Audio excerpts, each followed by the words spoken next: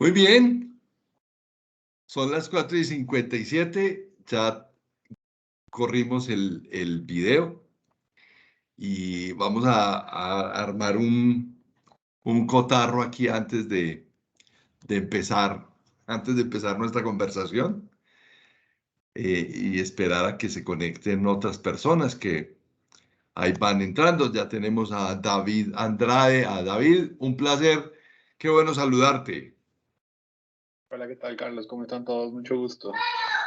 Qué bueno, El placer es mío. Está bien, está bien. Ya tenemos a Hernán aquí conectado. Isabel, que está disfrutando de sus vacaciones en verano. Eh, En ¿en infierno. en dónde estás, Isabel? Estoy en España. Ahora sí que ya me toca verano. O sea, Encantada, pero Hernán. estás fuera de Madrid. Estoy en la sierra, sí. O sea, por Dios. Bueno, está Natalia. ¿Cómo estás, Natalia? Bienvenida. Hola, Juan Carlos, ¿cómo está?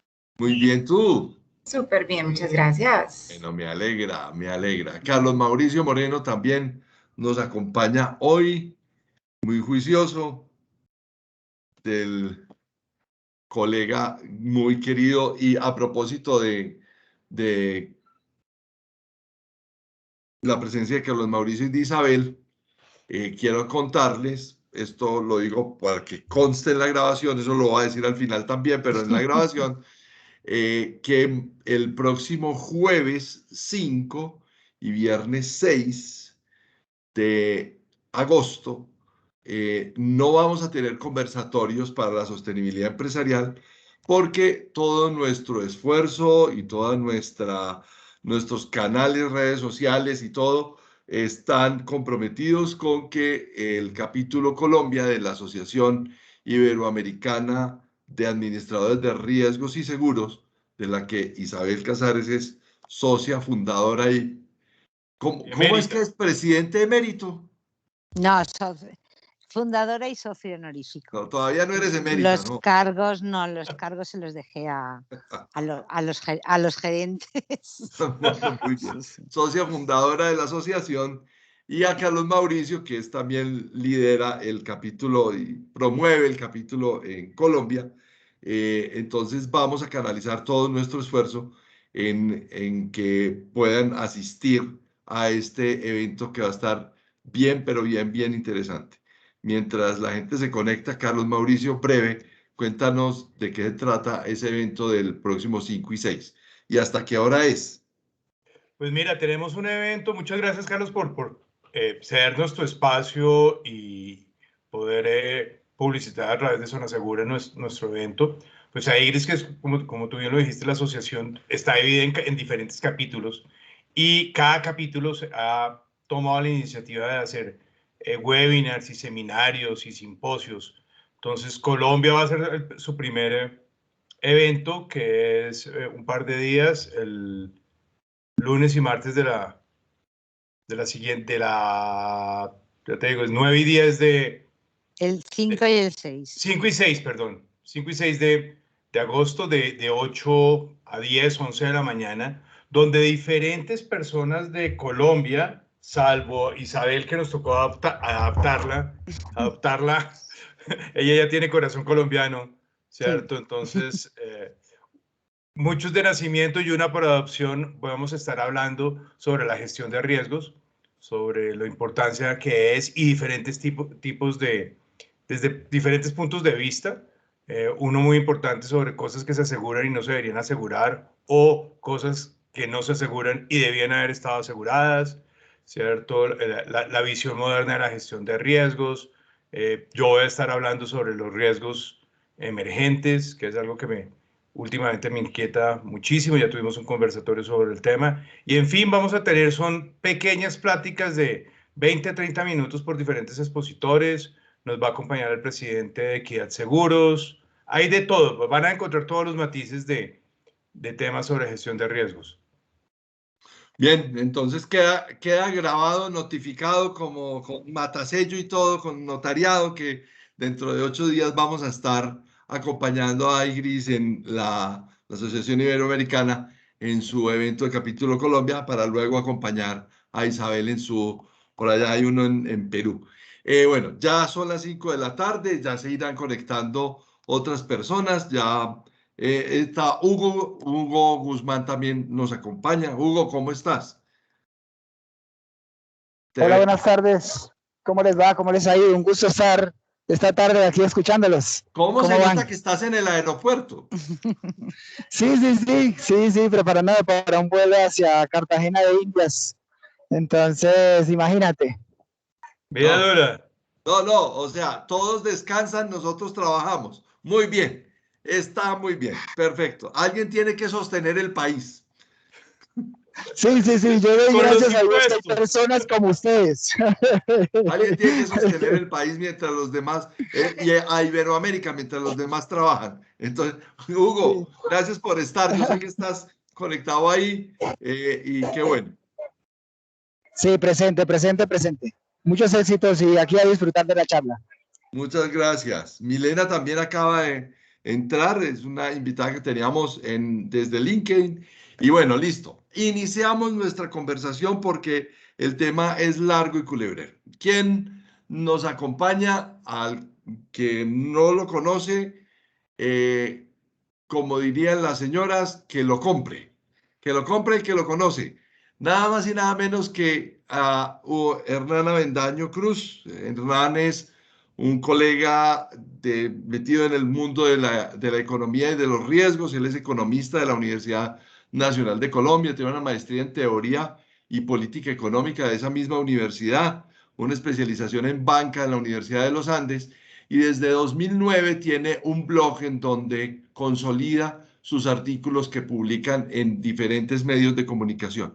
Actualmente, Hernán es director de estudios económicos de la Federación de Aseguradores de Colombia y hoy nos pusimos un reto de en este espacio que es de 1 hora y media poder conversar con ustedes y conversar con él sobre claves para entender una reforma tributaria. Y en esta conversación de claves para entender una reforma tributaria hacemos claridad sobre lo siguiente. No vamos a hablar sobre procedimientos tributarios, ni declaraciones de renta, ni cómo se contabilizan los impuestos, y si alguien tiene o no tiene deducciones, y si la DIAN interpreta o no una reforma tributaria, porque esos son temas de contador. Para nosotros, quienes trabajamos en gestión de riesgos, es muy importante entender el contexto macroeconómico de por qué se dan las reformas tributarias y el marco fiscal de una organización o del marco fiscal de un país, porque afecta desde luego el contexto de las organizaciones para las cuales trabajamos en nuestras diferentes posiciones, o como asesores, o como consultores, o como líderes de riesgos en una organización. Para los tributaristas y los especialistas en impuestos, esta charla, esta conversación va a ser más de filosofía tributaria que de procedimientos tributarios. Pero como por aquí está Natalia, una gran tributarista que conocemos y es muy cercana a Zona Segura, pues seguramente habrá una interlocución interesante al respecto. Es válido el disenso en esta conversación, primero. Segundo, esta conversación es de ustedes con Hernán, no mía. Y entonces, para que podamos darle inicio como a esta conversación, yo quiero decirles que lo que necesitamos en realidad es entender cómo los gobiernos emprenden las reformas tributarias y cómo hay que entender, especialmente en Colombia, que es una cosa coyuntural que tenemos, hemos hecho reformas tributarias cada 2 años, cada 18 meses, para ser exactos. Hernán, ¿cómo es este tema? ¿Cierto? ¿Por qué los... Empecemos la conversación alrededor de eso. ¿Por qué los impuestos? Sí, gracias, Carlos, y un saludo muy cordial a todos los asistentes. Y quisiera hablar un poquito con lo que estaba señalando. La parte procedimental de los impuestos obviamente tiene una gran trascendencia para las empresas. Es la parte que hace operativas los estatutos tributarios. Aquí lo que pasa es que nos vamos a concentrar en la parte macro, en la parte de arriba, de ver cómo surge toda esa maraña de impuestos que nos enfrentamos. ¿Por qué surge? ¿Cómo es que nos tenemos que enfrentar a ello en el día a día? Yo creo que el punto de partida ideal pues son las dos frases que se colocaron en el video. Una es la del el juez Holmes, un juez de Estados Unidos que en el siglo XIX dijo: los impuestos son el precio que pagamos por una sociedad civilizada. Tradicionalmente los impuestos tienen una mala imagen y yo creo que una labor que tenemos nosotros como ciudadanos es revertir esa visión y volverla una visión más proactiva o más propositiva, porque sin los impuestos pues realmente no puede haber Estado. Lo dice la otra frase, la frase de Ulrich Beck, que era un sociólogo alemán muy famoso, que él decía: sin Estado y sin servicio público no hay seguridad, sin impuestos no hay Estado. Y es una realidad elemental. ¿Por qué razón? Porque lo complementa en su frase: sin impuestos no hay educación, no hay política sanitaria accesible, no hay seguridad en el ámbito social. Sin impuestos no hay democracia, sin opinión pública, sin democracia y sin sociedad civil no hay legitimidad, y sin legitimidad tampoco hay seguridad.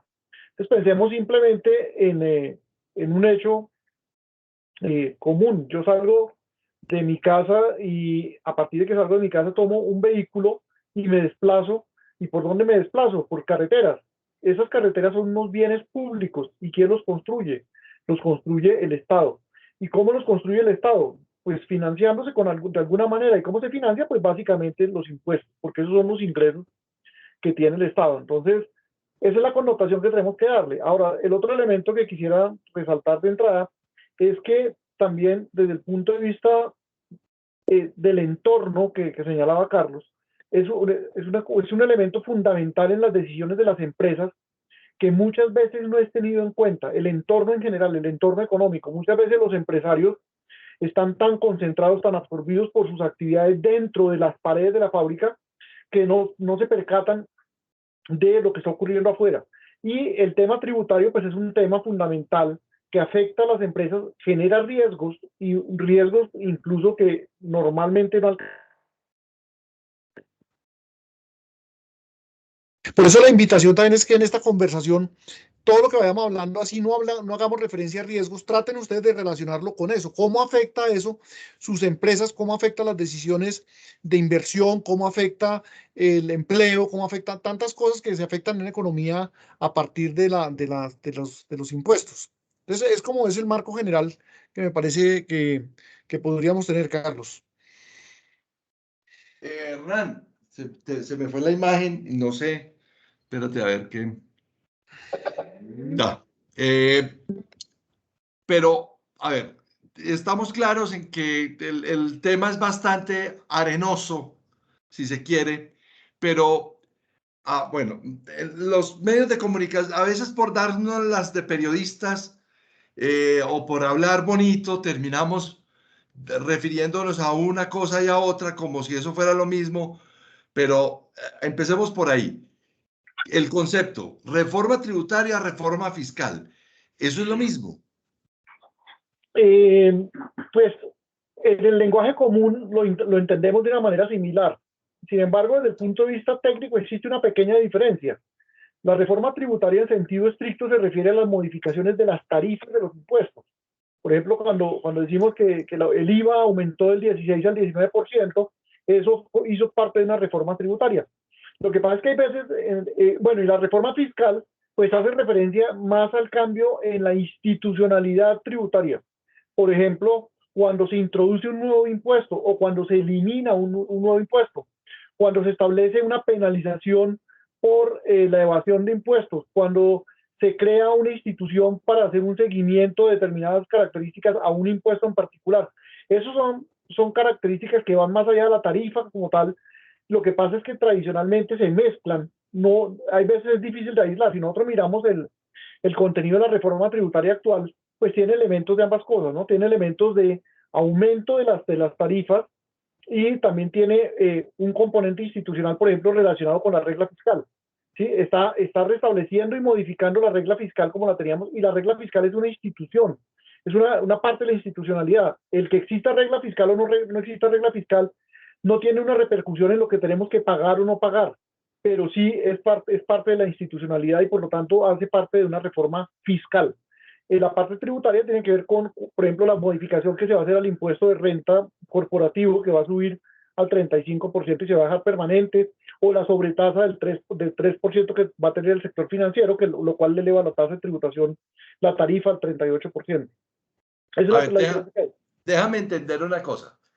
Cuando se incorpora un nuevo tributo, el 4 por 1000, eso es reforma fiscal. Es una reforma fiscal porque cambia la estructura tributaria, cambia el estatuto tributario, lo cambia. Mientras que la reforma tributaria es cómo se mezcla esos conceptos y más bien es los valores. Sí, exactamente, es un poco las tarifas, básicamente, o los procedimientos mismos, de pronto parte de los procedimientos mismos de cómo se calcula un impuesto. Esos son básicamente los elementos de una reforma tributaria. Pero en la práctica, la gente los utiliza indistintamente. Y sobre todo por lo que te digo, que hay veces, casi que generalmente, las reformas tributarias mezclan, lo que llamamos aquí las reformas tributarias mezclan ambas cosas. Siempre llevan algo de institucionalidad y algo específicamente de tarifas, solamente de tarifas, ¿no? Entonces, finalmente, lo que nosotros, me estoy adelantando al final de la conversación, pero no, si nosotros tuviéramos un buen marco fiscal o un marco fiscal lo suficientemente actualizado a las características del papel del Estado y a la realidad del país y a la realidad económica del país, como tú lo escribías en uno de tus artículos en Fase Colda, que en Portafolio tal vez fue, que te leí sobre cómo ha cambiado la economía en el último siglo. Pues lo que tendríamos que ajustar sería tener mejor una reforma fiscal y una regla fiscal adecuada a las realidades del país para no tener que hacer tantas reformas tributarias, ¿o qué? Sí, en buena parte es eso porque las reformas fiscales, vamos a hablar de tributarios en general. Las reformas tributarias tienen, pues, una de las características que debería tener, uno de los principios que debería tener una buena tributación es la estabilidad. Y aquí, pues, estamos faltando a ese principio. Entonces, ¿por qué hemos caído en eso? Yo creo que en parte es justamente porque aquí involucra muchas dimensiones, ¿no? Pero justamente no tenemos la estabilidad de pronto porque aquí hay algo de lo que se conoce como la economía política de las reformas, en general de las reformas económicas, en este caso de las reformas tributarias.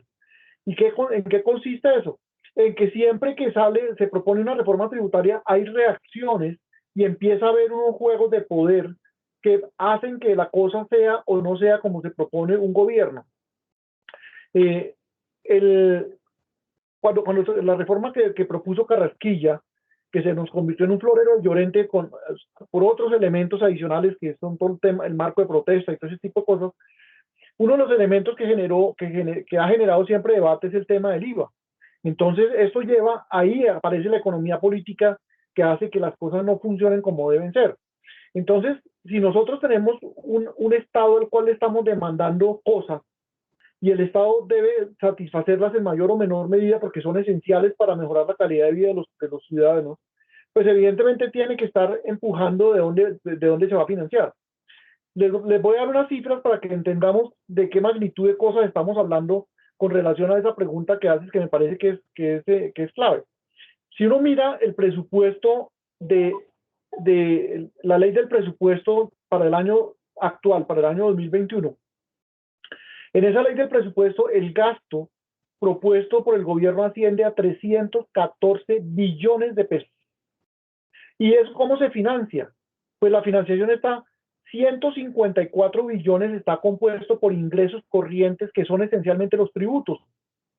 Es decir, que con impuestos se está financiando únicamente el 49% del presupuesto nacional. ¿Sí? ¿Y el resto cómo se financia? El resto se financia con recursos de capital, o sea, deuda. Es decir, estamos financiando el 39% del presupuesto anual lo estamos financiando con deuda. y el resto con algunos fondos especiales, algunos recursos que hay por allí del gobierno, los rendimientos que dan las empresas que tiene el Estado, como el caso de Ecopetrol, anteriormente Banco República, ahora lo van a contabilizar de otra manera, etcétera. Esas utilidades que le van transfiriendo al gobierno son cosas que contribuyen, pero contribuyen en una porción muy pequeña.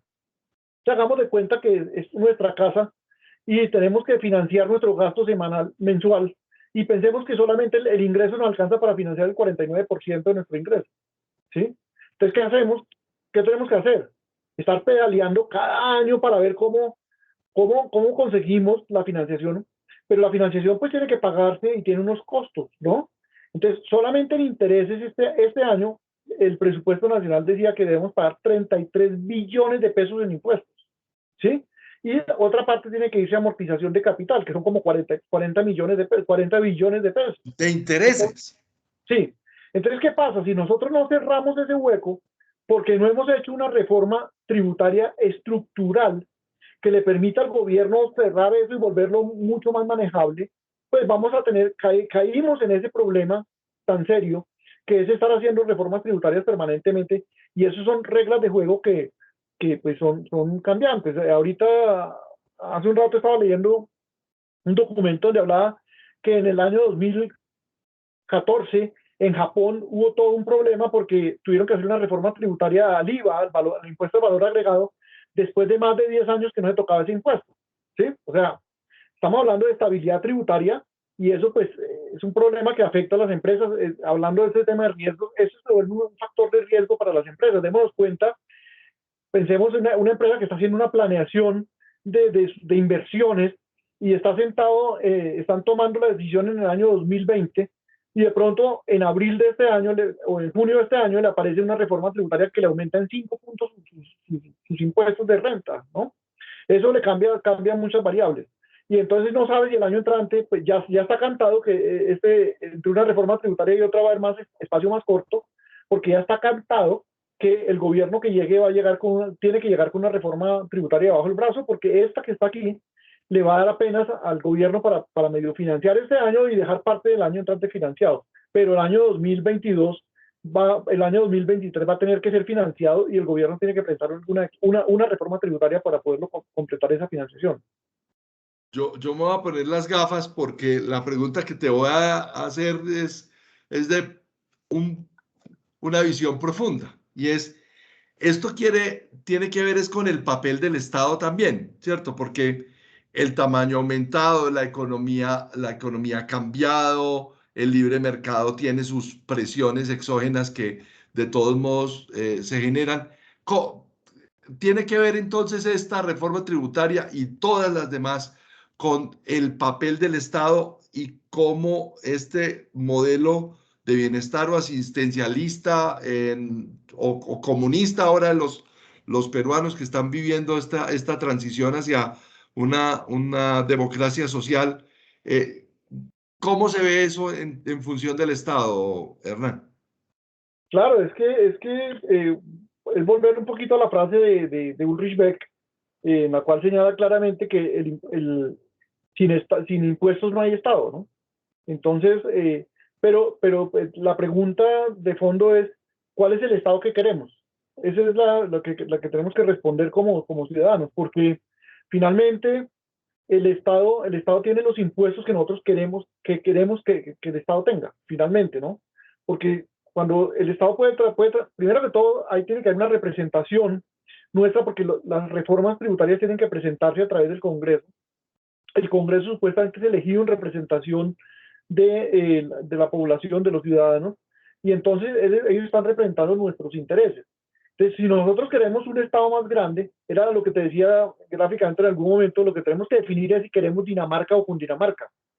Si nosotros queremos Dinamarca, pero solamente queremos darlo con los impuestos de Cundinamarca, pues creo que no, eso no es viable, ¿sí? Entonces, si queremos Dinamarca, pues tenemos que tributar muchísimo más. Si queremos Cundinamarca, pues quedémonos con lo que tenemos, o si queremos Haití, pues bajemos los impuestos, quitemos impuestos y podemos volvernos como Haití. O incluso aquí, para poner un ejemplo mismo interno del país, podemos volvernos como Chocó todos, en vez de que Chocó se trate de volver como el resto del país, ¿no? Entonces, ¿cuál es la tributación que queremos? cuál es el Estado que queremos, qué es lo que queremos que el Estado nos provea. En la provisión de bienes públicos, démonos cuenta que ahora cuando hubo la discusión de las 4G, vimos que tenemos un atraso gigantesco en infraestructura con respecto a la mayor parte de países de Latinoamérica, pues, para no hablar del contexto mundial. Pero, ¿cuánto vale esa actualización en infraestructura? En ese momento calcularon, hace 6, 8 años, calcularon que valía 45 billones de pesos, ¿sí? El Estado, los recursos que tiene el Estado para inversión cada año son apenas como unos 17 millones de pesos. Entonces el Estado claramente tiene que fortalecerse de alguna manera para poder realizar ese tipo de infraestructuras que requerimos. Todos queremos tener internet de altísima velocidad. Eso requiere inversión. Todos queremos tener salud de mejor calidad. Queremos tener educación de mejor calidad. Queremos tener muchas cosas más, sobre todo porque hoy a través de las redes y a través de viajar, que se volvió tan fácil, o se volvió antes de la pandemia por lo menos, pues veíamos el mundo, veíamos qué hay en el mundo y queremos tener eso que es bueno que vemos allá en otros países, lo queremos tener también acá. Pero lo que muchas veces no hacemos conciencia es de que pues para poder tener eso pues nos toca tener un aporte mayor hacia el Estado. Entonces el Estado que queremos es la pregunta de fondo. ¿Cuál es el Estado que queremos y cómo podemos contribuir todos a tener ese Estado? Bueno, y a eso le sumamos el tema del cambio en la actividad económica del país, ¿cierto? O sea, nosotros siempre hemos sido extractivistas, pero el agro va y vuelve como protagonista, el comercio va y vuelve como protagonista en temas dependiendo de cómo se esté comportando el dólar, pero todo esto en la industria, en el comercio, afecta, las actividades económicas afectan de todos modos estas decisiones. ¿Cómo impacta ese cambio de vocación o esos giros de la vocación de la actividad económica del país en las reformas tributarias? Pues incide en la medida en que la sociedad evoluciona, hay que modernizar estas estructuras tributarias, ¿no? Hay que irlas mejorando.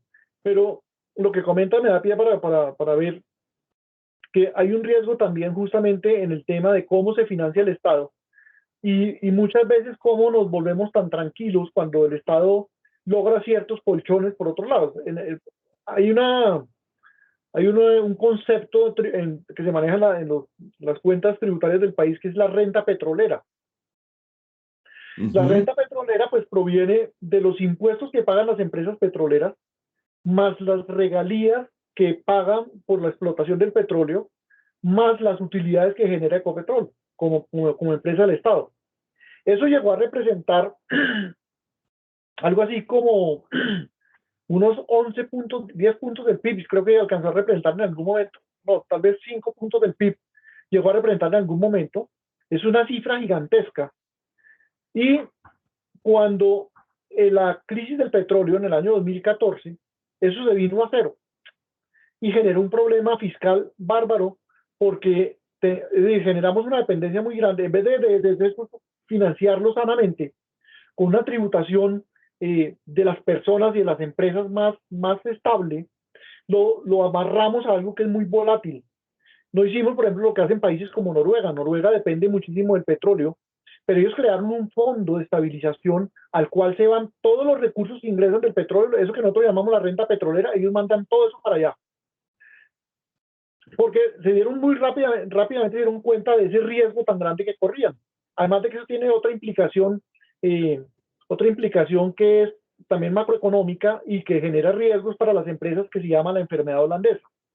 Y la enfermedad holandesa es que cuando viene un auge de precios, eso hace que la tasa de cambio se aprecie, o sea, se revalúe, y eso termina afectando la competitividad de muchas empresas. Hace que muchas empresas dejen de ser competitivas en el mercado internacional, ¿sí? Entonces esos son riesgos que hay y que, por ejemplo, Noruega los aisló de esa manera y además por esa vía obtuvo una cosa inesperada, que fue tener el fondo país más grande del mundo.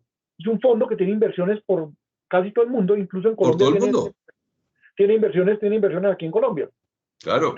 Eso para señalar que esa dependencia de productos agrícolas o de productos de extracción, como la minería, son un riesgo grande para un país, son un riesgo grande para las finanzas, son un riesgo grande de enfermedad holandesa, y por esa vía son un riesgo muy grande para las empresas. Entonces, ¿qué es lo que ocurre cuando las economías evolucionan y van cambiando? Y, por ejemplo, hoy el mundo se está moviendo hacia los servicios, se está moviendo hacia la tecnología, se está moviendo hacia el funcionamiento a través de negocios virtuales, a través de Internet, etcétera, pues que la tributación también tiene que modernizarse, ¿no? Hoy en día está en discusión el tema de los impuestos Google, que es como todas esas plataformas, todas esas empresas nuevas, no había forma de poner sobre qué base se les pone a tributar, cuál era la tributación.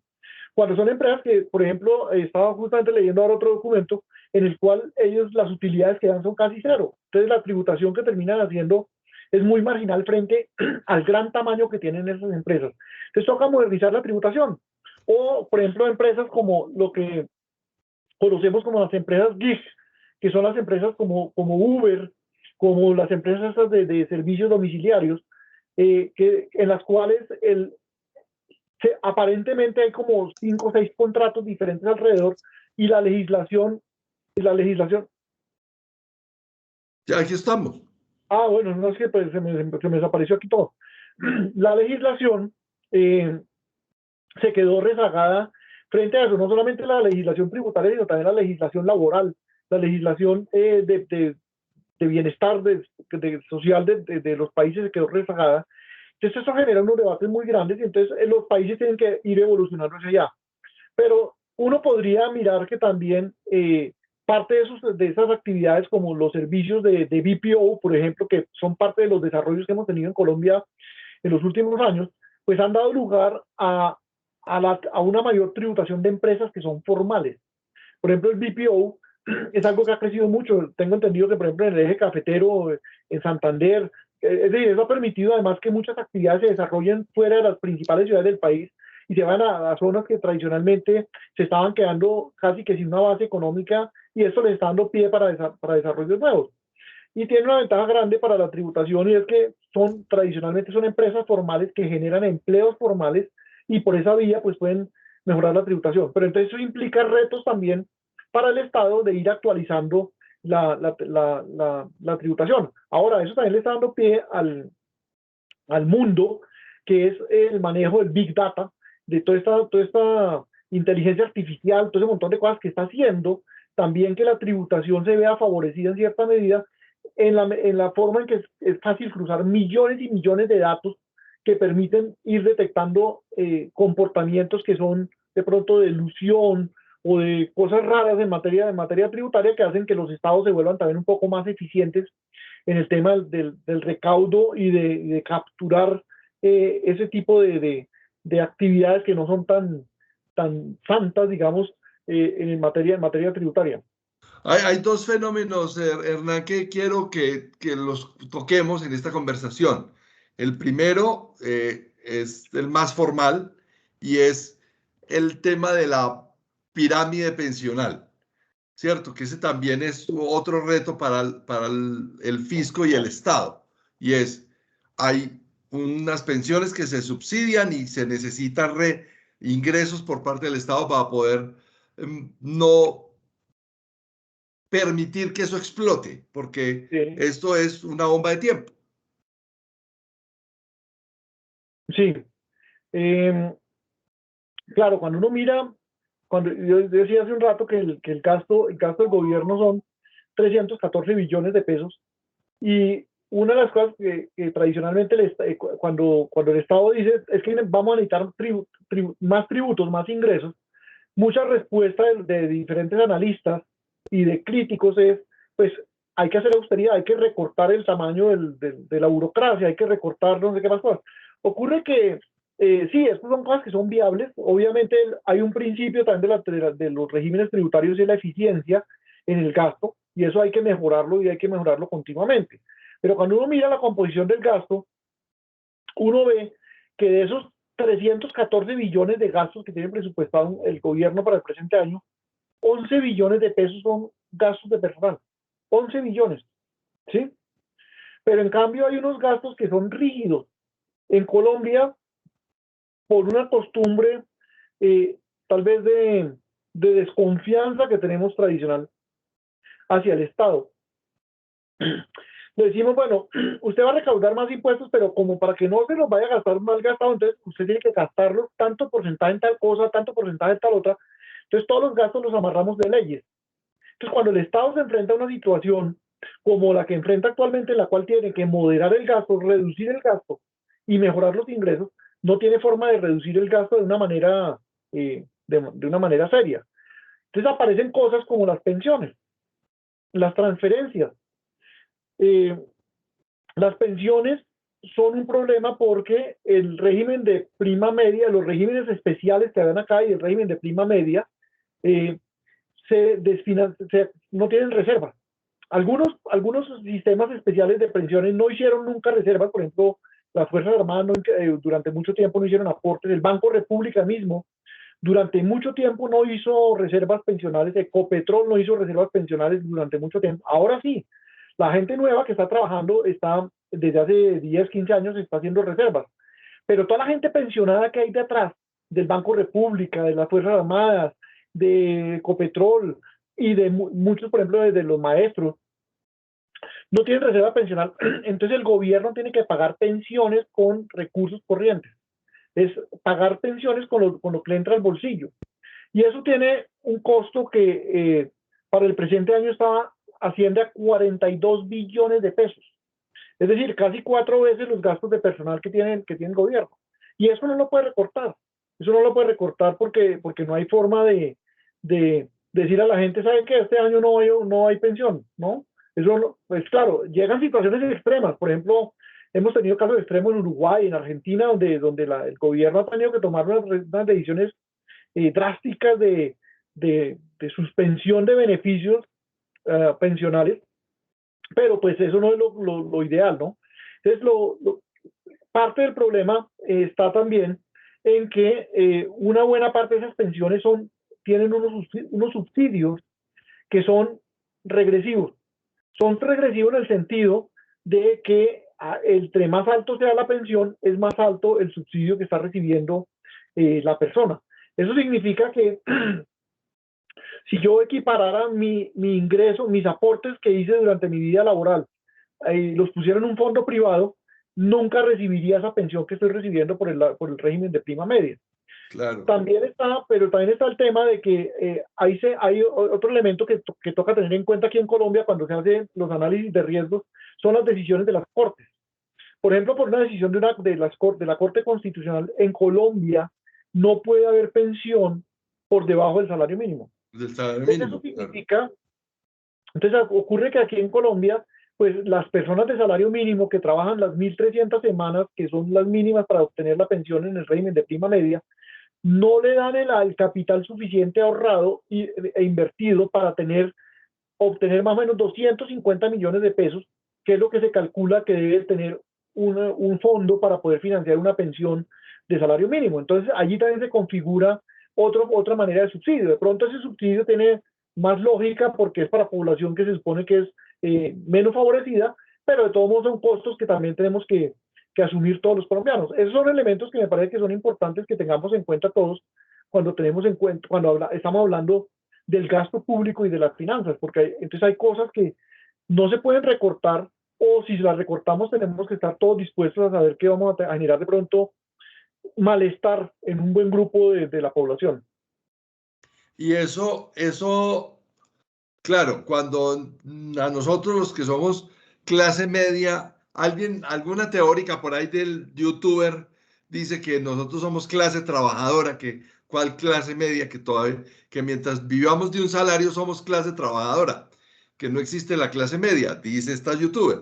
Yo prefiero seguir con nuestros deciles y percentiles y hablar sobre cómo tenemos la clasificación en Colombia, pero el ampliar la base tributaria, la base de tributación o la base de contribuyentes. Sí. ¿Cuál es esa dinámica y por qué la reforma de Carrasquilla, hablemos de los muertos, por qué la reforma de Carrasquilla ampliaba la base de contribuyentes? Sí, yo creo que ese es un tema fundamental que está en el fondo de toda la problemática que nosotros tenemos en la tributación. En parte está asociado a la economía política que comentaba hace un rato, y es que por alguna razón nosotros creemos que no todos tenemos obligación con el Estado. Esa frase que estaba en el comienzo en el video, que hablaba de lo que decía el juez Holmes, y luego lo que decía como complemento Franklin Delano Roosevelt, en la cual decía, por aquí lo tengo, a ver cómo es que decía, el juez Holmes decía, los impuestos son el precio que pagamos por una sociedad civilizada. Pero Roosevelt complementó diciendo, sin embargo, hay demasiados individuos que quieren una civilización con descuento, es decir, queremos recibir los beneficios, pero no queremos asumir los costos. Entonces, eso ha llevado a que nuestros políticos, nuestros congresistas, tiendan a defender por ultranza la concentración de la tributación en cierto tipo de contribuyentes. Y eso ha generado una distorsión en la estructura tributaria del país. Entonces, ¿quiénes pagan impuestos en Colombia? Unas pocas empresas y unas pocas personas naturales. El tema de las personas naturales sí que es dramático, y lo vamos a tomar como impuesto de renta. El impuesto de renta, en Colombia hay 22 millones de personas ocupadas más o menos, ahorita un poco menos por la pandemia, pero normalmente veníamos con 22 millones de personas ocupadas, empleadas, y de esos 22 millones, solamente 3 millones presentamos declaración de renta. Es decir, ¿por qué los otros 19 millones no presentan declaración de renta?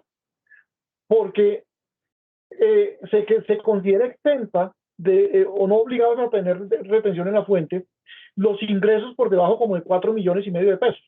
Eso se llama el umbral de retención en la fuente, ¿sí? Eso deja por fuera al 90% de los asalariados del país. Pero fuera de esos 3 millones de personas, ¿cuántos pagamos impuestos? Yo creería que en el mejor de los casos, siendo muy, muy optimista, 2 millones, ¿sí? Y eso pues hace que la carga tributaria, cuando aumentan el impuesto de renta, realmente se le están aumentando a 2 millones de trabajadores en personas naturales. Por el lado de las empresas también la situación es dramática. Por acá tengo una cifra que tenía el informe de la comisión de expertos, de los tantos que hemos tenido, una que hubo en el 2015, decía el impuesto de renta, los grandes contribuyentes, 3.441 empresas, hacen el 67% del impuesto de renta, ¿sí? Que recauda el gobierno. Y otro 18%, el otro 18% es recaudado por 332.825 empresas. Pero sumadas las dos, pues démonos cuenta que da algo así como 335.000 empresas. ¿En el país hay 335.000 empresas? No. No sabemos cuántas hay porque no hemos hecho un censo económico, pero yo creo que pasan de 2 millones de empresas perfectamente, ¿sí?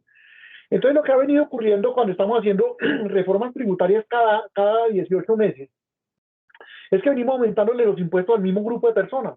Entonces, por eso, una de las recomendaciones básicas que hace cualquier analista que venga y vea la estructura tributaria de Colombia, inmediatamente, la primera recomendación que sale a la vista es ampliar la base tributaria. El Estado somos todos, primero que todo. Y lo que decía hace un rato, si queremos Dinamarca y no Cundinamarca, pues tenemos que contribuir todos, ¿sí? Entonces, es ampliar la base tributaria. Lo que estaba proponiendo la reforma Carrasquilla era ampliar la base de renta a personas que ganan más de 2,5 millones de pesos. Y yo considero, pues, que eso no es una cosa que sea extraordinaria. Hay comparaciones que muestran, se toma cuál es la base a partir de la cual se empieza a declarar o a hacer retención en la fuente, y se compara con el salario promedio. Colombia tiene la relación más alta, de las relaciones más altas en el mundo. Nuestra base de retención en la fuente arranca más o menos en el equivalente a 3 veces el salario promedio, ¿sí? En los países desarrollados, por ejemplo, Dinamarca, todo el mundo tributa desde el primer peso que recibe, tiene que tener retención en la fuente. En la OCDE en general es como la base es como menos de 0.5, menos de medio salario promedio.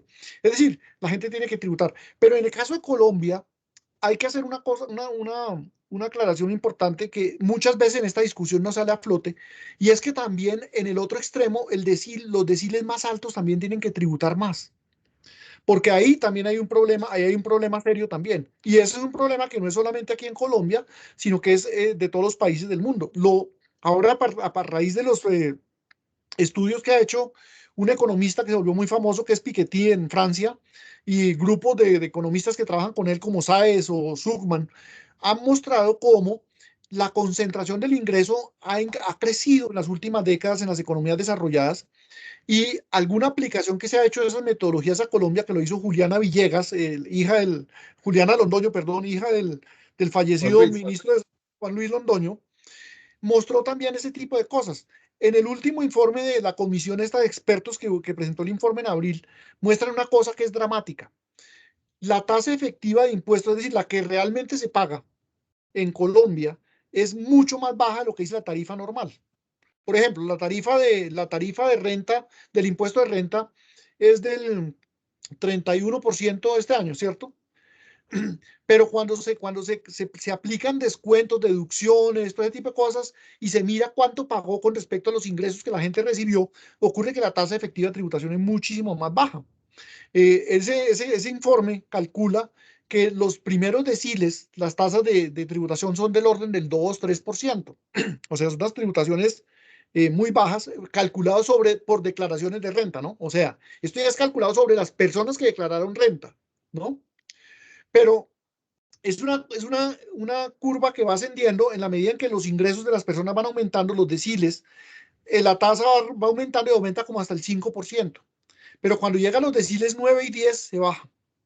Entonces ocurre que los deciles 9 y 10 en Colombia están tributando, tienen unas tarifas de impuestos del orden del 3% en personas naturales, que están por debajo de lo que está tributando esa clase media de la que hablábamos ahora, que, bueno, existe estadísticamente porque son metodologías internacionales, y pues que a alguien le guste o no le guste, pues ya es otro tema, pues habrá que mirar porque con base en qué lo discute, pero pues es una referencia, y entonces esas personas de altos ingresos tributan menos que lo que tributan las personas de clase media.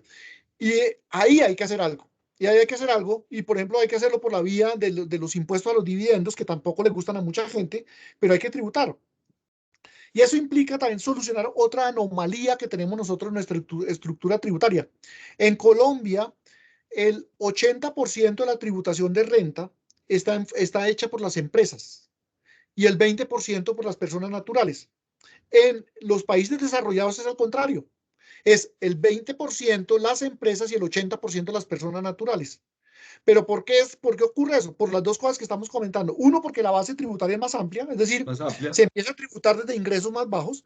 Y dos, porque existe las tasas a los dividendos. Y las tasas a los dividendos son altísimas. Entonces, ¿por qué? Porque las personas de ingresos altos que tienen inversiones en empresas, sus ingresos básicamente están por el lado de los dividendos. Antes se consideraba que como las empresas tributan, entonces los dividendos no deberían tributar porque eso entendía como doble tributación. Realmente no. Realmente lo que está viendo hoy en día es que una cosa es el impuesto a las empresas y otra cosa es el impuesto de las personas. Y lo que se ha entendido también es que si nosotros hacemos lo que estamos haciendo, que es gravar más a las empresas que a las personas, lo que estamos es limitando la capacidad de crecimiento de las empresas. ¿Sí? Entonces, esa es la dimensión en el fondo de lo que está planteado por la reforma Carrasquilla. Ahora, ¿por qué ampliar la base del IVA, que fue el florero de Llorente? Porque es que el IVA es una forma mediante la cual se hace que las personas que no tributan renta tributen algo. Es un impuesto indirecto que hace que las personas tributen algo. Hay una discusión muy grande si es regresivo, si no es regresivo, etcétera. Pero en el fondo, cuando se plantea un esquema de devolución de IVA como el que ya existe en Colombia, pues se compensa en parte ese problema de regresividad, y termina siendo benéfico para las personas de los deciles más bajos de ingreso. Y además tiene mucha lógica. Hay cosas que, ahorita no me acuerdo, pero había cosas que no estaban grabadas, que no tienen sentido. Pero, por ejemplo, pongamos un producto como la carne, que es siempre lo que sacan a discutir en los debates. La carne le van a poner IVA del 19%, y entonces eso va a sacrificar a la población de escasos ingresos, etc. Entonces, la pregunta primera es, ¿quién consume más carne? ¿Estrato 1 o decil 1 o decil 8, decil 10? ¿Quién consume más carne? ¿Sí? Y lo segundo es que si hay una compensación de los IVAs que pagan las personas, pues creo que es completamente razonable que se pueda hacer ese tipo de cosas porque permitiría hacer más eficiente el recaudo. Y nosotros nos volvimos una excepción. Cuando se comparan las estructuras de IVA de Colombia con las de otros países, se encuentra que Colombia es el país que tiene excluido un mayor porcentaje de los bienes que son bienes y servicios que son gravables en otros países del mundo. Entonces eso hace que pues la eficiencia de ese impuesto termine siendo mucho más baja. Ahora, el otro tema espinoso es con una volatilidad del dólar como la que tenemos y con una alta tasa, los negocios ilícitos son mucho más rentables, porque obviamente a mayor cambio del dólar al peso, del peso al dólar, pues tendrá una mayor rentabilidad las rentas ilegales. Pero esas rentas ilegales no entran formalmente en el mundo de la tributación, pero esa economía subterránea también afecta el problema fiscal de Colombia. Sí lo afecta, obviamente, porque implica, pues, desde el punto de vista tributario simple implica que son capitales que no tributan, pero el tema de la volatilidad de la tasa de cambio es un tema que es más de dimensiones macroeconómicas y que para el común de los negocios, para la mayor parte de los negocios hoy en día en una economía globalizada, tiende a ser compensado, ¿no? Tiende a ser compensado porque hoy en día la mayor parte de las empresas requieren de insumos importados que se encarecen en la medida en que la tasa de cambio se devalúa, pero si exportan, pues compensan con la parte de mayores ingresos. Si la tasa de cambio se aprecia, pues ocurre un fenómeno contrario. Entonces, casi que termina que siendo neutral para muchas empresas. Yo diría que la dimensión de capitales ilegales es, yo creo que va más allá del tema tributario y creo que es importante por otras dimensiones, más por las dimensiones de la seguridad, por las dimensiones de los problemas de presencia del Estado en muchas regiones del país, por ese tipo de cosas, más que en sentido estricto que por el tema tributario. Yo no, lo- no lo... No hay una relación directa, pero yo te lo decía por lo siguiente, porque finalmente en este efecto de la realidad nuestra presente hoy en Colombia, la pandemia se han perdido muchísimos empleos, se ha perdido muchas empresas están cerrando, pues el caso último de la 14, que pues no es efecto de la pandemia, pero de todos modos ahí hay algo hay de eso. El perder empleo es perder base de contribución a las pensiones, por ejemplo. O sea, se pierde empleo, se pierde contribuyentes contribuyentes al sistema pensional y entonces eso genera mayor presión para el Estado. Si genera mayor presión para el Estado, pues entonces hay más necesidad de tener más recursos para más subsidios. El narcotráfico entra dinero líquido a la economía vía otras cosas, pero eso nunca entra al marco de las rentas del Estado. Y entonces tratar de formalizar a eso no es una vía, no es un camino. Tú tienes razón, eso no aporta nada a la discusión. Pero la pregunta es, listo, todas esas pulsiones que hay en los mercados, la globalización, los problemas de la competencia, ¿cómo afectan entonces al tema tributario en Colombia? Me parecía un poquito más que no te alcanzo como a coger cuál es como el... Pues los problemas globales, los problemas que hay en la economía global, pues nos pegan a nosotros directamente. Eso es indiscutible.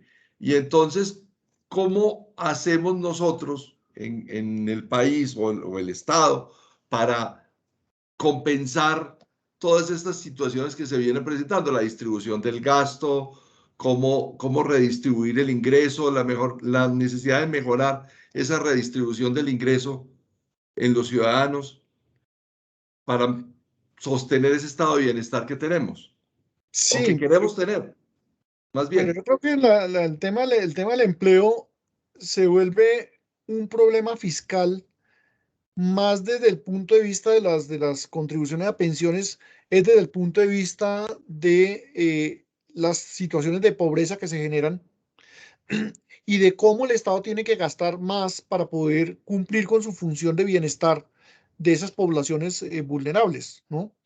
Entonces, lo que representa es más una presión de gasto que no es compensada por unos mayores ingresos. Pongámonos en la situación de la pandemia.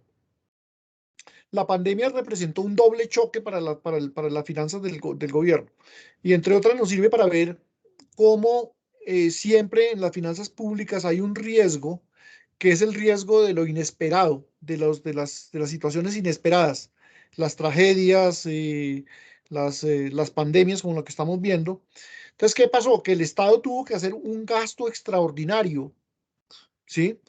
Porque tuvo que gastar en equipos, en infraestructura de salud, porque era necesario fortalecerla, y tuvo necesidad de transferir una serie de recursos que no se habían previsto antes para apoyar a las familias más vulnerables, pero también transferir recursos a los negocios, a las empresas, para tratar de mantener el empleo y para tratar de mantener las fuentes de generación de crecimiento. Claro, siempre hay la queja de que no fue suficiente, de que no hay plata, claro, pero es que no tenemos tampoco el bolsillo para poder hacer eso, ¿no? Entonces, si tuviéramos unas finanzas más fuertes, un Estado con unos ingresos más fuertes, posiblemente hubiera podido gastar más. Aún así, Colombia gastó 4 puntos del PIB en la parte de sanidad, en la parte de apoyo a empresas y en la parte de apoyo a personas que están en situación vulnerable. Recordemos las cifras de pobreza que salieron hace un par de meses, en las cuales aumentamos hasta el 42% en la tasa de pobreza, es decir, es una cifra enorme, es decir, más de 20 millones de colombianos están en pobreza. O la cifra que salió la semana pasada de pulso social, en el cual se muestra que entre antes de la pandemia y ahora con la pandemia hay más de 2 millones de personas que de personas o de hogares, creo que de hogares, De 2 hogares. millones de hogares que dejaron de consumir 3 comidas al día. Entonces, son situaciones dramáticas en las cuales el Estado tiene que empezar a cumplir la función de la que estábamos hablando hace un rato al comienzo. Y eso implica hacer unos esfuerzos de gasto extraordinarios. Y eso implica, pues, ver cómo se financia. Pero el otro lado de la moneda es que como paralelamente entramos en una crisis económica, en la crisis económica más profunda que hemos tenido en Colombia desde la Gran Depresión, una caída del 6.8 del PIB, pues los ingresos tributarios se cayeron. Se cayeron porque muchas actividades dejaron de generar ingresos, porque, pues, digamos, empresas como las de turismo, pues dejaron de producir. Entonces, qué sé yo, y además de dejar de generar empleo, dejaron de generar impuestos. Entonces, el gobierno recibió un doble golpe, una presión de gasto muy alta, pero al tiempo una caída en los ingresos. Justamente la reforma que se está haciendo, tanto la que se planteó de Carrasquilla como esta que se está haciendo, está buscando compensar eso para poder mantener un poco parte de esa política social, dado que la pandemia se extendió más de lo que se esperaba, ¿no?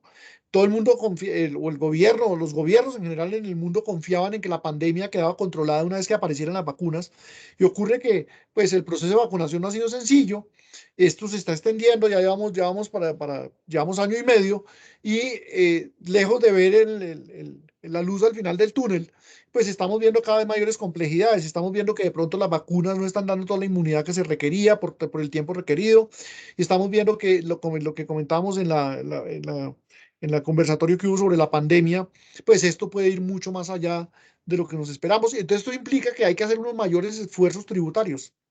Hay que hacer unos mayores esfuerzos tributarios porque pues una cosa que no hemos dicho es que, o lo comentamos tal vez cuando hablamos del riesgo país, es que el Estado no puede tener un gasto al infinito, no se puede financiar en los mercados financieros al infinito.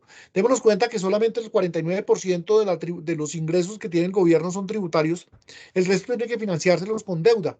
Pero eso tiene un límite, como cuando yo voy al banco a que me presten plata, me miran a ver cuál es mi capacidad de endeudamiento y con base en eso me prestan. Y si no, pues me califican mal y me bajan calificación. Entonces aquí se encuentra uno con ese otro riesgo y es el riesgo de que nos cierren, nos cierren la puerta en las narices. Y entonces al cerrarle la puerta en las narices a un Estado, pues también, también tiene el problema de que las situaciones se agravan, ¿no? La situación económica, la situación social se agrava. Entonces eso también es una implicación de que justamente eso es lo que deberíamos valorar más en la necesidad de la reforma tributaria que tiene que cursarse. Y como lo dijo en mi artículo de portafolio de hoy, si hubiéramos pensado las cosas mejor, o si nos hubieran vendido mejor las ideas y el gobierno hubiera hecho un esfuerzo mejor de comunicación, creo que todos estaríamos contribuyendo más a esos 25 billones de pesos que esperaba recaudar Carrasquilla, que a los 15 que va a recaudar con esta reforma, porque nos dejaría con elementos, con mejores elementos al gobierno para poder seguir afrontando esa compleja situación que estamos viendo. Perdimos, alguien va a decir que este conversatorio es muy pro gobierno, pero eh, eh, perdimos la oportunidad de vender desde el pesar, como nos gusta a los colombianos, que votamos en los realities por el que le está yendo más mal y somos proclives a rescatar al más necesitado. Perdimos esa oportunidad, o el Estado perdió esa oportunidad de decir, mire, es que esto está mal y yo necesito arreglar las cosas, y en un error de manejo de comunicación, que eso no le pasa solamente al Estado, nos pasa a muchas empresas, temas de comunicación, no lo vendieron bien. Es más, ni siquiera lo alcanzaron a vender y eso los mató. Milena nos hace un comentario que yo quiero introducir con el tema de obras por impuestos. Ese tema de obras por impuestos que muchas organizaciones dicen, yo prefiero hacer la obra y de una vez ganarme la tasa del descuento o el descuento de los impuestos y que me los abonen porque yo hice el puente, hice el viaducto, bueno, logré la conectividad, mejoré las escuelas, bueno, qué sé yo, cualquier cantidad de estas cosas de infraestructura. Es un mecanismo interesante, pero la mano de eso, en fin. Milena dice, en Colombia la corrupción es muy alta, el gobierno, ella.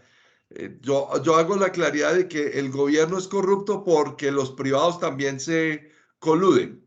Eso es una verdad de puño, o sea, no son solo, no es una parte, y no estoy siendo progobiernista, ojo.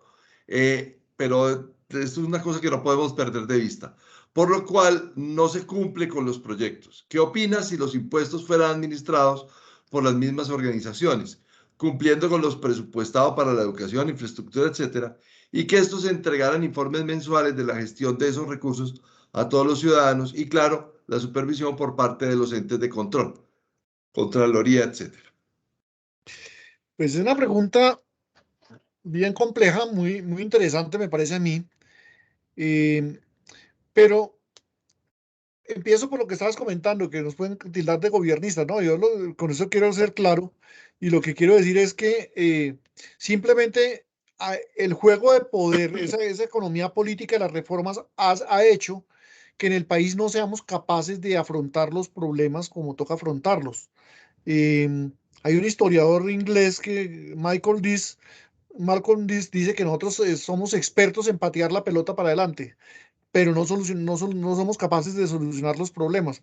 Y dejamos que los problemas que son pequeños se nos vuelvan unas cosas gigantescas que tratar de resolverlos es muy complicado. Pero lo cierto es que la pregunta que nos haría es por qué después de todas las reformas tributarias, de más de 15 reformas tributarias que hemos tenido desde el año 91, no tenemos solucionado el problema. Pues básicamente porque nos ha dado miedo hacer lo que se denomina una reforma tributaria estructural. Y la diferencia que hay entre la reforma que presentó Carrasquilla y la que presentó ahorita el ministro Restrepo es que la primera tenía algunos elementos de reforma estructural. ¿A qué me refiero con una reforma estructural? Una reforma estructural es una reforma que nos permitiría tener unas reglas de juego más estables en materia tributaria. Debería ser una reforma que nos permita saber que por lo menos en 5 años no vamos a volver a saber nada de reformas de impuestos. ¿Qué elementos debería tener una reforma tributaria estructural?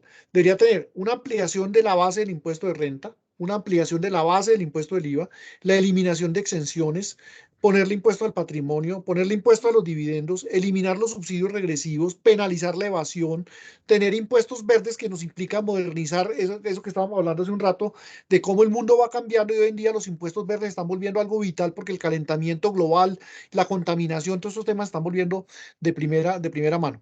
Claro, eso es lo ideal, eso debería ser lo ideal, darle al gobierno unos ingresos más estables de forma que pudiera funcionar mejor. La otra parte es cómo se gasta, y el cómo se gasta está muy asociado a la corrupción. Ahí es donde viene el otro problema. Bueno, también como el problema, también la corrupción está por el lado de la reforma a los impuestos, porque cuando alguien tiene poder, pues va al Congreso y le dice a la gente, oiga, necesito que me arregle este impuestico, genere una exclusión allí. Y entonces aquí alguien decía en alguna ocasión que cada artículo del estatuto tributario tiene nombre propio, sobre todo cuando hablamos de exclusiones, cuando hablamos de exenciones. Entonces han surgido varias alternativas alrededor de eso. Una de ellas pues es la que estaban comentando de horas por impuestos, y esa me parece a mí que es una idea muy buena, pero normalmente se facilita para cosas como las obras de infraestructura, un puente, una escuela, un hospital, pero pues no todos los temas que se requieren desde el punto de vista del gasto público están asociados a obras de infraestructura. También el otro paso que se ha dado es importante es el tema de los acuerdos público-privados. Es otro avance que hemos tenido, porque eso permite que el Estado pueda construir, por ejemplo, las 4G sin necesidad de tener toda la plata en el bolsillo para financiarlas, sino que el sector privado, que es el que estructura los proyectos, pues el que consigue la financiación, es el sector privado en gran medida el que está aportando eso, y luego eso va revirtiendo como gasto público a lo largo del tiempo.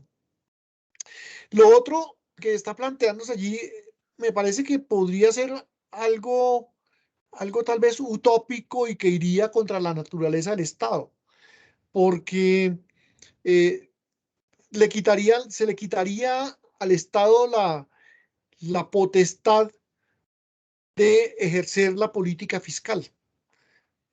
La política fiscal es una parte de la soberanía de los estados, la política económica es parte de la soberanía de los estados, ¿no? Eh, cuando, cuando un estado se asocia con otro en un proceso de integración, sacrifica parte de su soberanía. Por ejemplo, sacrifica parte de su política comercial al no poder fijar aranceles a su libre albedrío, sino que le toca someterse a que tienen que ser de acuerdo, ¿no?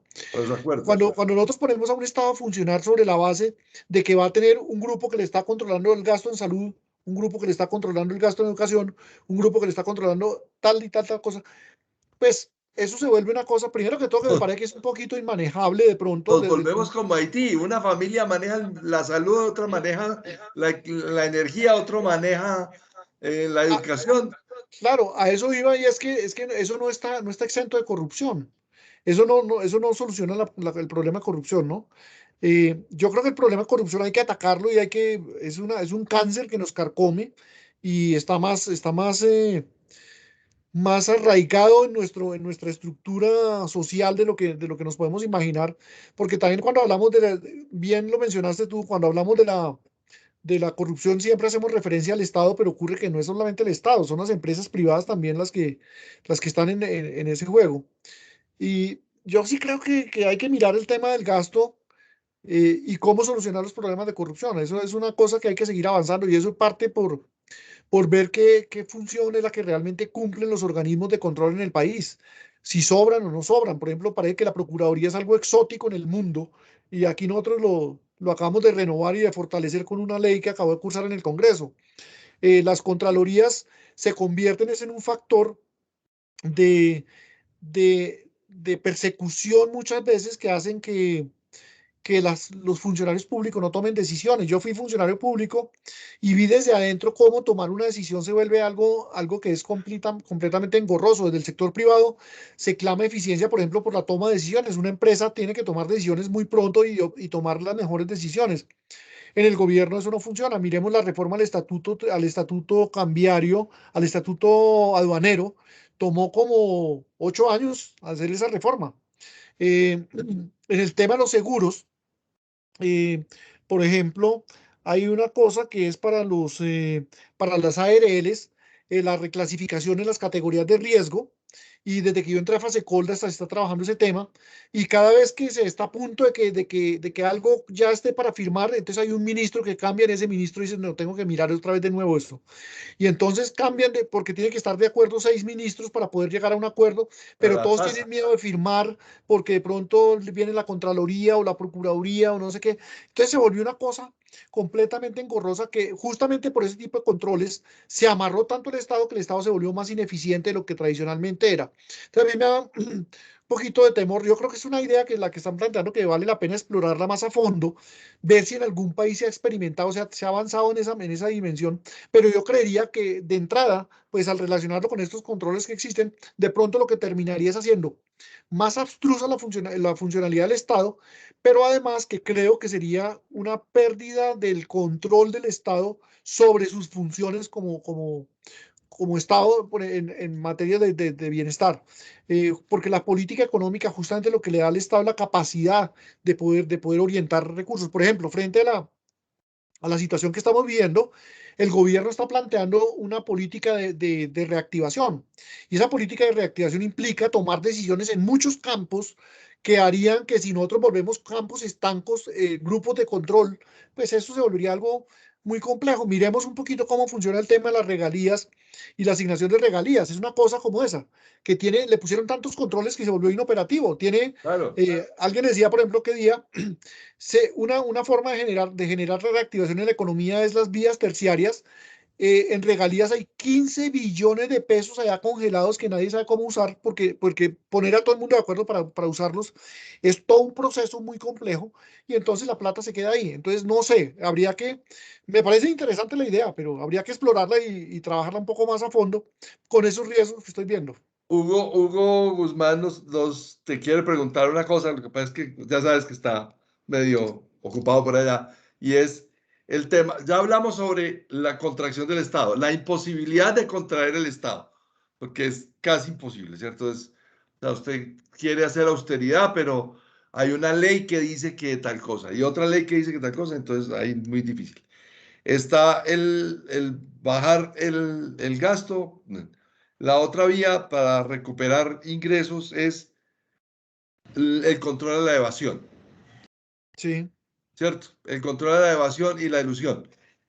Que en realidad esta reforma, como todas, es un tiburón con dientes o sin dientes. Yo diría que es un tiburón con algunos dientecitos. Es con un tiburón con algunos dientecitos. Los temas de evasión y de ilusión son gigantescos en todos los países del mundo.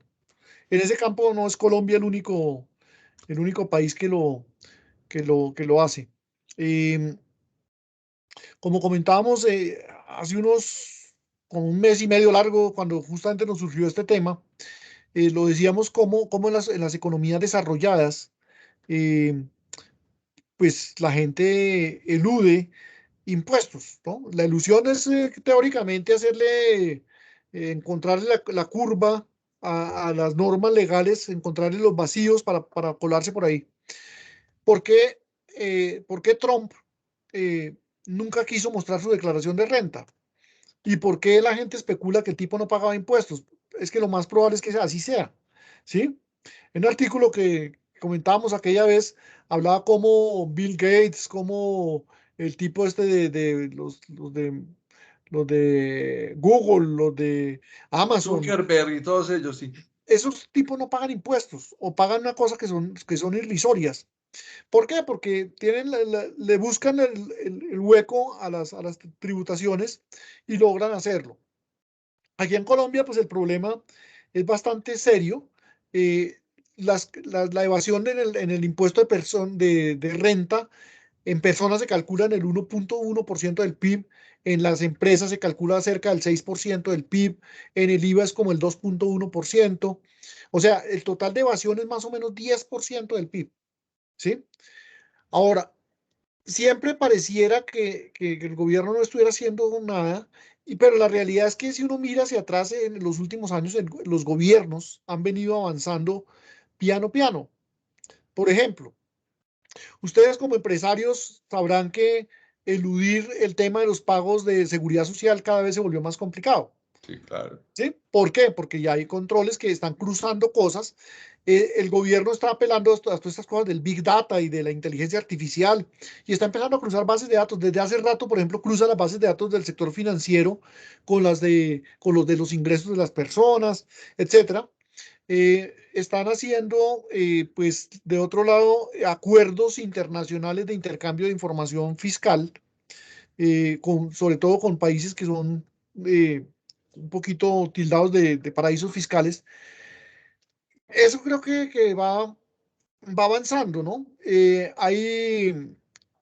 Siempre se están generando como algún tipo de incentivos a la formalización, ese tipo de cosas, pero realmente aquí tal vez lo que a mi manera de ver, lo que de pronto faltaría son cosas como fuertes sobre penalización de la evasión y de la elusión de impuestos.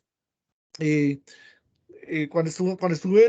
estuve un tiempo en ProExport y la persona que estaba manejando la oficina en Alemania nos comentaba cómo allá una persona que evade impuestos se va para la cárcel, sea el empresario que sea de más renombre, como quiera, lo mandan para la cárcel, ¿sí? Aquí pues no hay ese tipo de cosas, pero yo diría que venimos Además, avanzando. porque no hay cárceles. No las hay. No las hay. Pero por otro lado, también aquí, justamente el estatuto tributario está lleno de cosas que permiten que las empresas eludan muchas cosas, ¿no? Que metan por gastos cosas que no son gastos de las empresas. Por ejemplo, los gastos qué sé yo, el arrendamiento de la vivienda en la que vive el presidente de la compañía, el chofer para la esposa del presidente de la compañía, ese tipo de cosas que son formas en las que las empresas también logran bajar las rentas sobre las cuales deberían tributar, pues también tienen unos efectos que son perversos. Entonces yo diría que, pues sí hay unos dientecitos que han venido, algunos vienen creciendo muy bien, otros todavía están muy debilichos, son como los dientes de leche, se pueden caer de pronto todavía, pero sí creo que hace falta también trabajo más fuerte en esa materia. Lo que pasa es que de nuevo aparece la economía política, ¿no? Y la economía política, los juegos de poder en los cuales es muy difícil pasar ese tipo de cosas por un Congreso para que las apruebe. La facturación electrónica y la transformación digital Claro, ayudará un poquitín. la facturación electrónica es algo que va a contribuir está contribuyendo ya en forma de eso. Luis Guillermo Gil, levanta la mano, tu colega de Fasecolda, tu compañero de Fasecolda. Luis Guillermo, ¿cómo estás? Mis respetos, Carlos Eduardo. Gracias por la invitación. Qué pena, llegué un poquito tarde. Me río mucho de los dientes de leche y los dientes que están en crecimiento. A mí me encanta escuchar a mi colega Hernán. La verdad, tanto las cifras que las tiene en la cabeza y las maneja muy bien, y tiene el país también metido en la cabeza, y como economista, la verdad, yo lo respeto y lo admiro mucho. Me gusta escucharlo hablar de verdad, y cuando estábamos en la presencialidad en Fasecolda, Hernán y yo pues somos de los más madrugadores, entonces yo me le acercaba al puesto y le preguntaba cosas y se aprenden cosas interesantes de Hernán. La verdad es una persona con la que es chévere hablar y aprende uno cosas. Yo soy ingeniero mecánico, pero él me enseña muchas cosas como economistas que uno como ingeniero no tiene ese alcance. Y apasionante esto que hablan del tema de la corrupción y la colusión. Y pues aquí no vamos a poder resolver el problema, pero por lo menos nos estamos desahogando y estamos escuchando todas esas afugias y preocupaciones en las cuales como ciudadanos, como empresarios, como empleados, pues nos vemos expuestos. La verdad, muy chévere lo que dices. Me disculpo que llegué tarde. No sé, Hernán, si ya les contaste también algo que nos contaste a nosotros en Fasecolda, y es el tema de la austeridad del Estado. que por más que el Estado deje de pagar los celulares y los sueldos y las contrataciones, pues eso no es lo grueso está en, yo alcanzo a escucharte, en la carga de pensiones que tiene el gobierno, más otros temas. Entonces, no sé si les contaste lo de los celulares y lo de la contratación. Ahorita pues, la moda del gobierno es contratar por prestación de servicios y ya no hay un funcionario de carrera, en fin. Sí, gracias Luis Guillermo y sobre todo muchas gracias por todo tu preámbulo. Muy elogioso, muchas gracias. De pronto muy inmerecido también. Sí, no, lo que pasa es que también como siempre sale a relucir en todas estas cosas es la austeridad del gasto. Cuando uno se pone a mirar realmente qué es lo que van a recortar, pues a uno le das como risa de ver eso, ¿no? Por ejemplo, van a recortar el gasto de celulares. Bueno, pues yo tengo una línea, yo pago 100.000 mensuales de celular y tengo llamadas ilimitadas, ¿sí? Si le dieran un celular a cada funcionario público, serían 1.000.000 y pico de celulares, 1.200.000 celulares, y eso, si se lo estuviera pagando el Estado y le quitaran esa plata, eso sería algo así como 140.000 millones de pesos. Eso, no lo hace, eso es una cosa de risa, porque no, realmente por ahí no son las economías. ¿Qué van a reducir los viajes? Bueno, pues ¿eso qué significa? Ahora nadie Bueno, viaja. pues nadie viaja, pero bueno, sí, reducir el turismo, eso sería bueno, pero eso, eso tampoco son gastos así tan irrisorios como esto que estamos comentando. Pero también un poquito lo que estamos comentando ahora de los efectos que puede generar cierto tipo de decisiones es algo que en economía se conoce como los efectos no deseados, ¿no?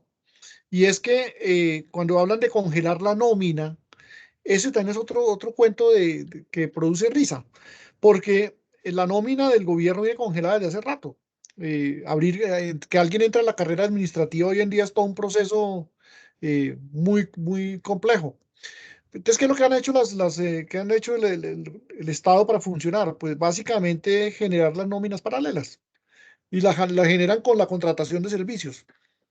En Fase Colda nosotros hicimos un libro hace 2 años sobre el mercado laboral formal, con las bases de datos de riesgos laborales, y encontramos, por ejemplo, que en Bogotá eh, la planta, la planta de personal, mejor dicho, los contratistas de Bogotá son el doble de los que De pagan los por nómina, empleados. el doble de los empleados. Es decir, a eso llegamos. Entonces, ahí no hay ninguna forma de tener el control bajo de ese tipo de cosas. De pronto en el proyecto de ley que hay ahorita cursando puede haber algo eh, que apunte en esa dirección si el gobierno tiene claridad sobre eso. Y es, eh, le van a dar, se piden facultades para que el presidente tome decisiones en materia de organización de la rama ejecutiva. ¿Eso qué implica? Implica que pueden tratar de prescindir de algunas entidades, posiblemente.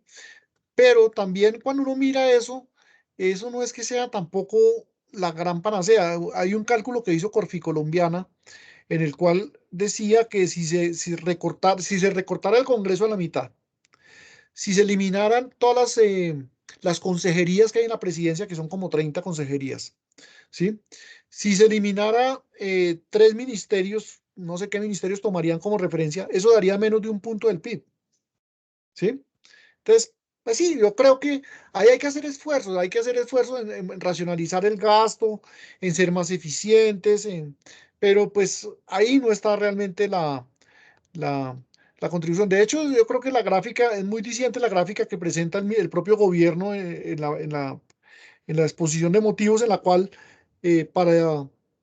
para el primer año, para este año, la austeridad sería algo así como 300.000 millones de pesos. No sé, de ahí para adelante, cómo crezca eso para llegar hasta un punto del PIB, eso es una cosa que no es muy clara cómo sea. Pero entonces me parece a mí que ese es el tema, ¿no? La dificultad que hablábamos, además del tema de la rigidez del gasto público, pues está este tema de que hablar de austeridad es algo que se está volviendo un poquito utópico para la forma en que está organizado el gobierno colombiano. Ahí nos da pie para hablar del tema de las demandas sociales y el tema de cómo pinta ese panorama de las reformas tributarias en Colombia del 91 para acá, ¿cierto? O sea, las cortes fallan y dicen usted tiene que hacer tal cosa, el salario mínimos, la informalidad, para redondear, porque se nos va agotando el tiempo, el título era muy claro. Claves para entender una reforma tributaria, una, cualquiera que sea. Y lo dijimos en la claridad de la invitación. Y la entendemos ya con esos elementos, pero la reforma estructural que tú hiciste ahora, la lista de esa reforma estructural, ¿la ves viable, no la ves viable? Los pasos, si se dieran pasos firmes, ¿cuándo lo lograríamos? ¿Lo lograríamos? Pues yo creo que el problema es que el gobierno se atreve nuevamente a meter una reforma siquiera medianamente parecida a la de Carrasquilla. La de Carrasquilla nos cuenta que tocaba algunos de esos elementos, no tocaba todos. Tocaba algunas cositas, tocaba ampliar la base de renta, ampliaba la base de IVA y aumentaba el impuesto a los dividendos, ¿no? Pero pues todavía quedan cosas por fuera. Yo creo que eh, vuelvo y te repito, todos los diagnósticos, Colombia tiene técnicos, economistas en tema tributario de primera línea. Y además se han contratado muchos estudios, pero el que quiera mirar qué es lo que hay que hacer, basta que lea 3 libros que son la reforma, el informe de la comisión de expertos que era sobre el ingreso, el informe de la comisión sobre gasto público y el informe de la comisión sobre beneficios tributarios. Con esos 3 elementos, ahí está escrita qué es la reforma tributaria que necesita el país. Eliminar exenciones, racionalizar el gasto, volverlo más eficiente, eliminar duplicidades, que eso sí se puede hacer, hay cosas que hay que hacer en esa materia, y todos estos elementos de la reforma tributaria estructural. Eso es lo que hay que hacer, pero el problema es quién le pone la cascabel al gato, decía el dicho, ¿no? Sí, ¿Quién le claro. pone la cascabel al gato? Ese es un problema muy serio. Pero además el otro problema que hay es que eso está amarrado a otros problemas porque es que el tema fiscal no es una isla. El tema fiscal, lo comentamos ahora cuando hablamos de pensiones, habría que hacer una reforma pensional porque el sistema, ninguno de los dos sistemas, ni el de capitalización, ni el de renta, ni el de reparto, son adecuados para el país. Hay que ajustar eso. Hay que hacer reformas en el tema laboral para reducirle las cargas laborales a las empresas y eso implica presiones de gasto público porque una cosa que se nos escapó lamentablemente fue que toda esa cascada de reformas tributarias, uno de los elementos en que ha repercutido es en el aumento de la informalidad. Y la única forma de reducir la informalidad y por esa vía mejorar el bienestar de los trabajadores es a través de hacer una reforma laboral. Hay que hacer una reforma a la salud desde el punto de vista de financiación. Eso implica también presiones sobre la tributación. Entonces, realmente el problema es muy, muy, muy complejo por ese problema que tenemos del que hablaba yo de Michael Dees hace un rato, porque le pateamos la pelota hacia adelante, hacia adelante, hacia adelante. Por ejemplo, la reforma tributaria que estamos cursando en el Congreso, estamos tirándole la pelota a la reforma tributaria estructural al siguiente gobierno. No sé qué vaya a hacer el siguiente gobierno porque no tenemos ni idea ni quién va a llegar ni cómo va a llegar, pero al que llegue, gústele o no le guste, le toca presentar una reforma tributaria. Y Eso sí está cantado. creo que con este panorama no hay muchos precandidatos, pero a poquitos candidatos que le van a meter a eso. Sí, hoy por ejemplo en una columna de Mauricio Rodríguez en El Tiempo que habla sobre el tema de la pobreza y cómo los candidatos deberían ser evaluados, las propuestas de los candidatos deberían ser evaluadas técnicamente en materia que van a hacer para reducir la pobreza, debería haber algo parecido para el tema tributario, porque ese tema, vuelvo y le repito, es fundamental, como los acabo de decir, si un Estado no es viable tributariamente, ese es un problema que afecta todo el entorno económico.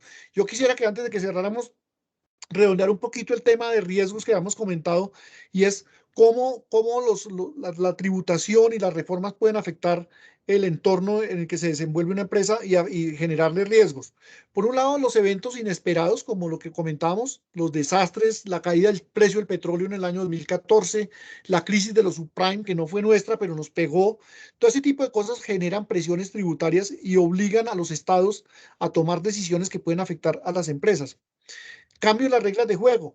Por ejemplo, cuando le imponen sobretasas a las empresas, cuando le ponen impuestos antitécnicos como el gravamen a los movimientos financieros que distorsionan el funcionamiento del efectivo en la economía. Entonces, ¿cuántos negocios están viendo afectados por ese tipo de cosas?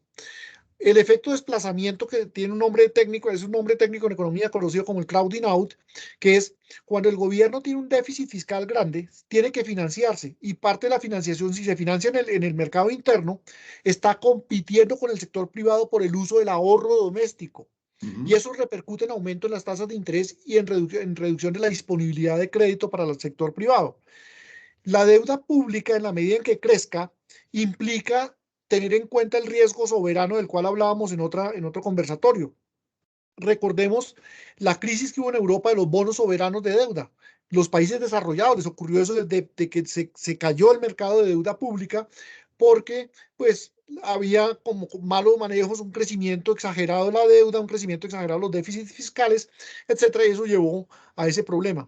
Por otro lado, hay países que, lo comentábamos cuando hablábamos de Perú, preguntábamos que si Castillo iría a respetar la autonomía del Banco Central.